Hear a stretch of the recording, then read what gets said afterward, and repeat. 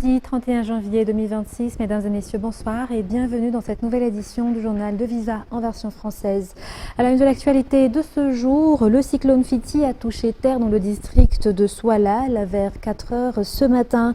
Il a traversé aujourd'hui la partie centrale de l'île en provoquant d'importantes précipitations estimées entre 50 et 150 mm en 24 heures dans plusieurs régions selon les services de la météorologie. Sa sortie en mer est prévue demain dimanche matin dans la région Atsnanen. Reportage de Fanjessina Miri. Le cyclone Fiti a touché terre dans le district de Soualal vers 4 heures ce matin. Il était alors classé comme cyclone tropical intense. Les vents qui l'accompagnaient atteignaient environ 150 km/h avec des rafales pouvant aller jusqu'à 210 km/h près de son centre au moment de son entrée sur terre. Le cyclone Fiti a traversé toute la région centrale du pays tout au long de la journée et pourrait poursuivre sa trajectoire jusqu'à la nuit, selon les services météorologiques. Il a provoqué de fortes pluies dans les zones qu'il a traversées ainsi que dans les régions avoisinantes. Sa sortie en mer est prévue demain, dimanche matin, dans la région Atsnanen. D'après les informations fournies par Météo Madagascar, les vents resteront violents le long de la côte nord-ouest de l'île avec une vitesse estimée entre 55 et 65 km/h. Les vents seront également forts entre Nusvark et Tuamasin lors de la sortie en mer du cyclone atteignant jusqu'à 55 km/h. Pour aujourd'hui, les zones concernées sont celles comprises entre Mentran et Nalalav. Pour demain, dimanche 1er février 2026, celles situées entre Nusvark et Tuamasin. Cette situation pourrait entraîner des difficultés de circulation, une mer très agitée, ainsi que des perturbations des activités économiques quotidiennes. Et plusieurs endroits de la ville de Mahajang sont inondés à la suite justement du passage de ce cyclone Fiti. Face à cette situation, des ménages ont été déplacés, notamment dans le Fukuntan Nitsararan, en collaboration avec le BNGRC et les autorités locales. Toujours un reportage de Fanjessina Miri.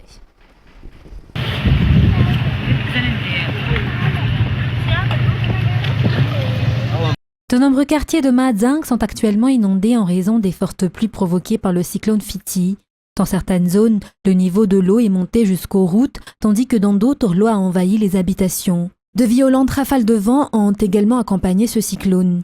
Ainsi, le BNGRC, en collaboration avec les autorités locales, a procédé à l'évacuation des habitants des zones les plus touchées par la montée des eaux. Les habitants du Fukuntan de Tsararan au Mahajang ont été évacués à l'aide de vedettes et installés dans des sites sécurisés déjà préparés à cet effet. Par ailleurs, des mesures préventives avaient déjà été prises auparavant avec le déplacement des habitants des zones basses dès le début des pluies persistantes. Les autorités appellent une nouvelle fois la population à respecter strictement les consignes afin de prévenir les risques. Et plusieurs communes d'Antananarivo et de ses environs ont reçu ce jour une alerte jaune concernant un risque de montée des eaux des rivières Iku, Passissogne et Mamba émises par l'APIPA en raison du passage du cyclone Fiti. Les autorités appellent la population à la vigilance face aux dangers liés aux fortes pluies et à la hausse du niveau des eaux. Le point dans ce reportage. L'APIPA, l'organisme en charge de la protection de la plaine d'Antananarivo contre les inondations, a lancé un appel à vigilance après l'émission d'une alerte jaune signalant un risque de montée des eaux dans la plaine d'Antananarivo suite au passage du cyclone Fiti. De nombreuses communes d'Antananarivo et de ses alentours sont concernées, notamment Tiafa, Anjuibe, Ansandit, Bungatsar, Antanetskeli, Ambuizuk, Alatsnen, Ambaza, Ampaichus, Sualand, Ampanef, Suavn, Anuzatwanjefan, Ampitatavk, Ambavatukan, Fenoriv, Itos, Ambuchmanzak, Fiadanan, Ampangabe, Masanjay, Ambumanambul, Ambuizanak, Alasur, Ankarobat, Tanzbat, Anjan Naouch, Bemaswanj, Akademang, Antananarivo 4e, Antananarivo 6e, Yarnariv, Sabusnamen, Ankadkelilaf, Ambuba Anterouk et Telatamat. Selon les informations pour la rivière Sissogne, le niveau de l'eau est de 1,40 m au point de mesure d'Anjamas, avec une hausse de 0,46 m en 24 heures et une nouvelle augmentation est prévue dans les 12 prochaines heures. Au point de mesure d'Ampitatavk, le niveau est de 1,35 m. L'eau a baissé de 0,07 m en 24 heures, mais une hausse est attendue dans les 12 heures à venir. Il est rappelé que le seuil d'alerte jaune à Ampitatavk est fixé à 3,5 m.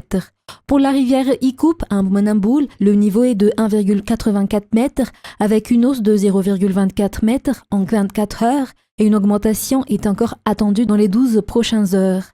Le seuil d'alerte jaune à Mbomanamboul est également de 3,5 mètres. À Bevmang, le niveau de l'Ikup est de 2,61 mètres avec une hausse de 0,04 mètres en 24 heures et une nouvelle augmentation est prévue. Le seuil d'alerte jaune à Bevmang est fixé à 4 mètres. Rivière Mambe, le niveau est de 1,56 mètres au point de mesure d'Amboidjou avec une hausse de 0,06 mètres au cours des dernières 24 heures. Les autorités rappellent la nécessité de rester vigilant face aux intempéries, notamment en raison des risques de glissement de terrain, effondrement de maisons ou de murs et surtout de montée des eaux. La population est invitée à alerter immédiatement l'autorité locale en cas de signe de danger dans leur communauté. Plusieurs régions de Madagascar ont été touchées par la montée des eaux durant ce mois de janvier. Les zones basses ont été les plus affectées et on ne l'a pas vraiment constaté des mesures concrètes prises par les autorités compétentes. La majorité des habitants victimes des inondations est contrainte de subir les conséquences de cette situation. Ne sachant vers qui se tourner ni à qui se plaindre, ils n'ont d'autre choix que d'attendre la décrue. Leur seul espoir, les grèves et revendications ne permettent pas non plus de résoudre les problèmes. Reportage. Depuis le mois de décembre 2025, les pluies se sont succédées sur l'ensemble du territoire national. Les zones basses figurent parmi les plus durement touchées par la montée des eaux provoquée par ces fortes précipitations. Les quartiers du centre-ville, notamment Ilanvat, Bessarit, Indjavangemban, Atomadink et Indotapeinak, sont souvent cités. Certains habitants comme à Ilanvat et Indotapeinak ont déjà exprimé leurs revendications, mais selon eux, aucune solution concrète n'a été apportée par les autorités compétentes. L'aide et la prise en charge ne couvrent pas non plus l'ensemble des personnes classées comme sinistrées.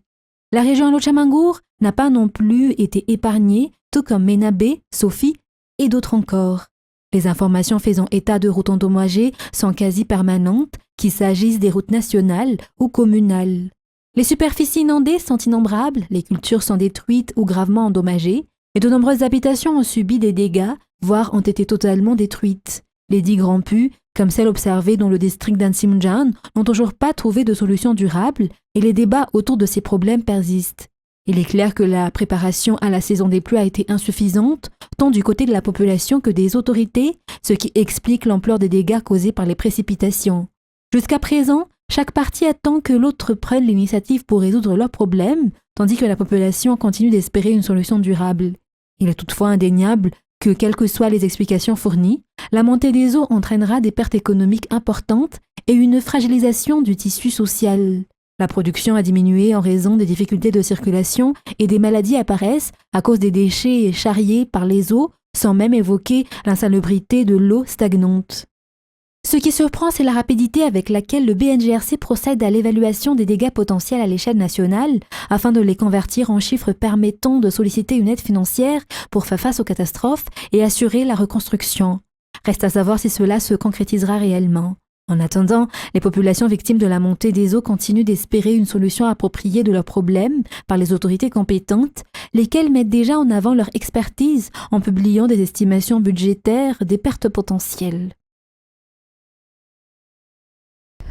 Et les conséquences des intempéries, aucun départ en direction de Madzing n'a eu lieu aujourd'hui depuis la gare routière Maki d'Indotapeinak.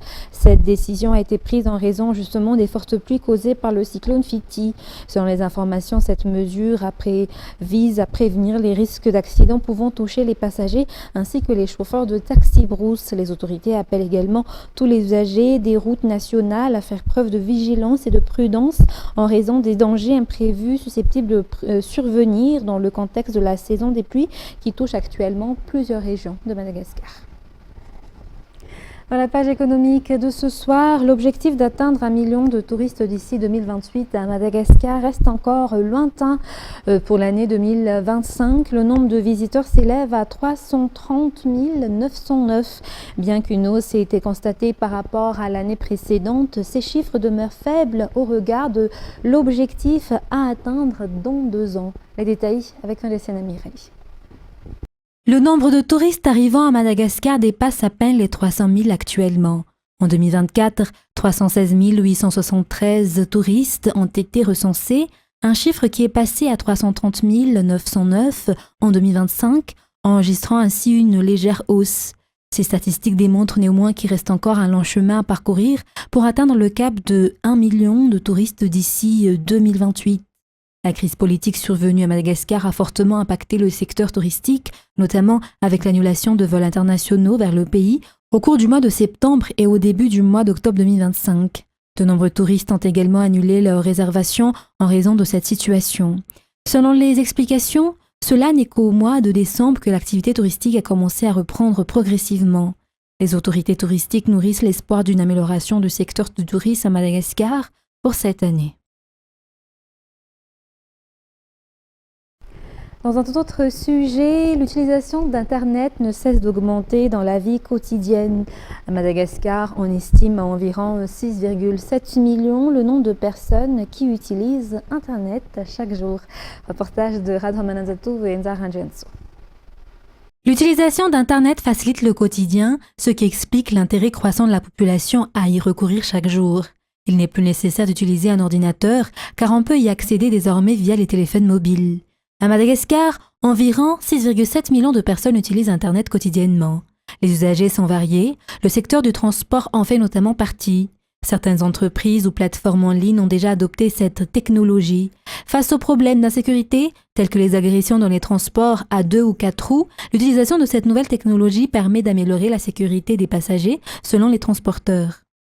Dans les actualités diverses de ce soir, 2 individus impliqués dans un vol avec effraction ont été arrêtés à Touliar. Ils avaient dérobé 4 batteries de grands congélateurs ainsi que 2 couveuses dans un domicile situé à Inquiet, à commune urbaine de Touliar, le 28 janvier vers 2h45 du matin. Suite à l'alerte donnée aux forces de l'ordre, une fouille a été menée dans les environs, ce qui a permis l'arrestation des 2 suspects. Les matériels volés ont été restitués à leurs propriétaires sans incident. Les malfaiteurs ont été placés en garde à vue et feront l'objet d'une enquête avant leur présentation devant le parquet. Si nous voulons le changement et si nous aspirons réellement à une transformation dans le pays, a déclaré un ancien de l'Église lors d'une séance de prière tenue aujourd'hui à Mamassen, chacun doit faire preuve d'humilité et changer de mentalité, en particulier les dirigeants, selon ces propos rapportés dans ce reportage. L'Église ne peut être dissociée du peuple car elle fait partie intégrante de la nation. Elle a ainsi un rôle à jouer dans la formation de l'esprit humain afin de développer une mentalité positive permettant de refléter la gloire de Dieu et de favoriser l'harmonie sociale. Les chrétiens sont des citoyens à part entière et doivent donner le bon exemple en matière de changement selon un diacre. Les Malagasy partagent tous le désir de changer et d'évoluer, mais cela restera un simple rêve si la mentalité ne change pas, a-t-il souligné. Chacun doit avoir la volonté de se remettre en question et d'accepter le changement.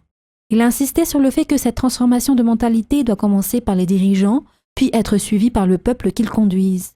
Face aux nombreux problèmes que traverse actuellement le pays, les anciens de l'Église ont appelé le peuple malagasy à se tourner vers Dieu. Un grand moment de prière s'est tenu aujourd'hui au stade couvert de Mamassen, organisé par l'église Imanamboaravatsi. De représentants des fidèles venus de la région du Vaknakar et des environs d'Antananarivo y ont pris part. Dans les actualités internationales, mesdames et messieurs, des milliers de manifestants sont descendus dans la rue à Minneapolis hier vendredi pour dénoncer les coups de filet de la police de l'immigration, l'ICE et la politique de l'administration Trump. France 24. C'est dans un froid mordant, mais sous un soleil éclatant, que des milliers de personnes sont une nouvelle fois descendues dans les rues de Minneapolis. Toutes venues dénoncer l'action de l'ICE, la police anti-immigration, et réclamer son départ de la ville. Nous serons connus comme la ville qui s'est battue pour la liberté. Nous sommes tous ensemble, nous nous aimons les uns les autres. C'est pourquoi je suis ici. C'est parce que j'aime ma ville, j'aime mon pays et j'aime mes voisins. La seule chose qui me donne de l'espoir, c'est de voir comment nous avons réagi. L'entraide qui s'est mise en place m'a donné le sentiment que je peux surmonter cette épreuve. Depuis la mort de René Good et d'Alex Pretty, 2 manifestants abattus par des agents de l'ICE, la colère ne retombe pas. Elle a même gagné d'autres villes des États-Unis. Des mobilisations plus modestes à New York, Boston ont eu lieu. À Los Angeles, des manifestants ont tenté de bloquer ce centre de détention.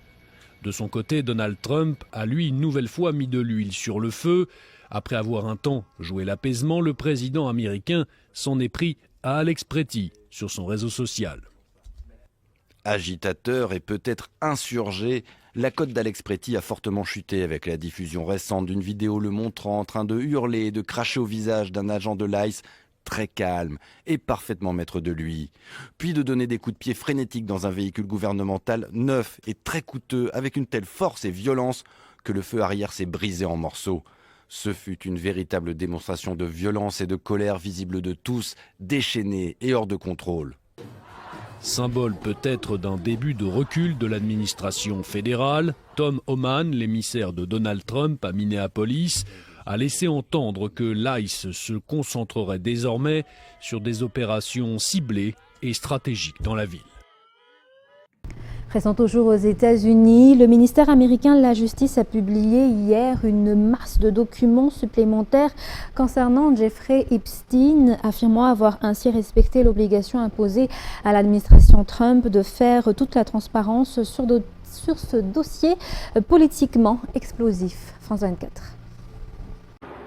Après des mois d'attente, le numéro 2 du ministère de la Justice américain annonce une nouvelle publication massive de documents liés à l'affaire Epstein. L'effort de collecte du ministère a abouti à l'identification de plus de 6 millions de pages potentiellement pertinentes. Aujourd'hui, nous publions plus de 3 millions de pages, dont plus de 2000 vidéos et 180 000 images. Une loi votée par le Congrès obligeait le gouvernement à publier ces documents. Depuis des mois, ce dossier est politiquement explosif. Jeffrey Epstein, à l'origine d'un système d'exploitation de mineurs, fréquentait Donald Trump. Le président américain assure avoir rompu contact avant que le financier ne soit poursuivi par la justice. Face aux journalistes, le ministère de la Justice nie toute implication de la Maison-Blanche dans l'enquête. Mon équipe a eu des contacts au sein de la Maison-Blanche, mais ils n'ont rien eu à voir là-dedans. Nous n'avons pas protégé le président Trump, ni qui que ce soit d'autre. Des déclarations questionnées par les démocrates. Ils affirment avoir rassemblé 6 millions de pages, mais n'en publient que 3 millions. Qu'est-il advenu des 3 millions d'autres pages? Que contiennent-elles? Enfin, tous les documents mentionnant le nom de Trump ont-ils été rendus publics? Oui ou non? Nous exigeons des réponses. Comme les précédentes, cette nouvelle publication devrait dévoiler de nouvelles affaires sur le gigantesque réseau de Jeffrey Epstein. Les premières lectures mettent en cause le prince Andrew. On apprend qu'il avait invité le milliardaire à Buckingham Palace après la levée de son assignation à résidence. Jeffrey Epstein avait alors été condamné pour prostitution de mineurs. Présent toujours dans le continent américain, la présidente vénézuélienne par intérim, Delcy Rodriguez, a annoncé hier vendredi une amnistie générale et la fermeture de la redoutée prison politique de Caracas, l'Hélicoïde. Ces actions ont lieu moins d'un mois après la capture du président Nicolás Maduro par l'armée américaine. France 24. C'est le symbole de la répression du régime de Nicolás Maduro. La prison de l'Hélicoïde, longtemps réputée comme un centre de torture d'opposants. La présidente par intérim a annoncé sa fermeture. Peu après l'annonce, des proches de détenus se sont rassemblés à proximité, ainsi que devant d'autres centres de détention du pays. Espérons qu'elle tienne sa parole et que ce ne soit pas un mensonge de plus.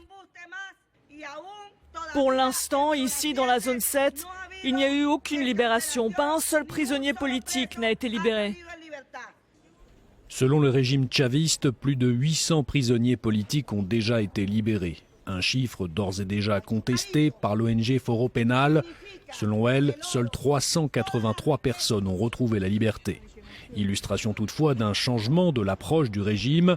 Delcy Rodriguez a aussi promis un nouveau système judiciaire. J'ai décidé de convoquer une grande consultation nationale en faveur d'un nouveau système judiciaire. Et je demande à tous de collaborer. Faut-il y voir un succès de Donald Trump et de la pression considérable mise sur le régime après l'enlèvement de Nicolás Maduro par l'armée américaine? L'opposante et prix Nobel de la paix Maria Corina Machado en est convaincue. Évidemment, ce n'est pas quelque chose que le régime a fait de manière volontaire, mais c'est surtout le résultat d'une vraie pression mise par le gouvernement américain. Espérons que ce soit vrai comme ils le disent, espérons que les plus de 700 prisonniers qui se trouvent encore dans les centres de torture au Venezuela puissent très bientôt retrouver leur famille. Symbole en tout cas d'une nouvelle ère, la chef de la mission diplomatique américaine pour le Venezuela arrive ce samedi dans le pays. Un tournant après 7 ans de rupture de toute relation diplomatique entre les deux nations. Fin de ce journal, mesdames et messieurs, nous vous remercions de votre fidélité. Très bonne soirée sur Viva. Au revoir.